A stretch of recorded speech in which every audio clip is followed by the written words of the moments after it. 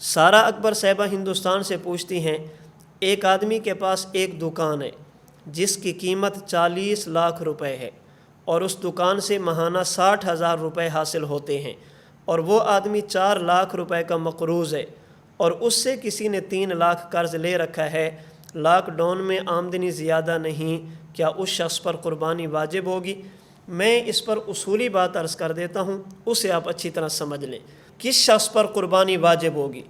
کسی شخص کے پاس صرف 7.5 تولہ سونا ہو تو قربانی واجب ہے، 52.5 تولہ چاندی ہو تو قربانی واجب ہے۔ کسی کے پاس سونا اور چاندی دونوں موجود ہیں، نقدی ہے، تجارتی سامان ہے، ضرورت سے زائد سامان ہے، اپنے تمام اثاثوں کو جمع کر لیں اور ان تمام کی قیمت لگا لیں، پھر آپ نے جس سے قرض لینا ہے اس قرض کو بھی اس کے ساتھ شامل کر لیں۔ اب دیکھیں آپ کے پاس ٹوٹل کتنی رقم اکٹھی ہو گئی، کتنی مالیت کا سامان آپ کے پاس موجود ہے۔ اس کے بعد آپ حساب لگیں، میں نے فلاں بندے کا اتنا دینا ہے، اتنے پیسے میں نے فلاں شخص کے دینے ہیں، اس قرض کو اپنی تمام مالیت سے منہا مائنس کر لیں۔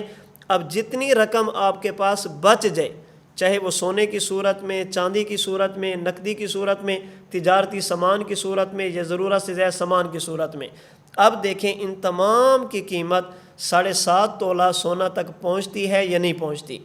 اگر 7.5 تولے سونے کی قیمت تک پہنچ جائے تو قربانی کرنا واجب ہوگی، اگر اس سے کم ہے تو آپ پر قربانی کرنا یہ واجب نہیں ہوگی۔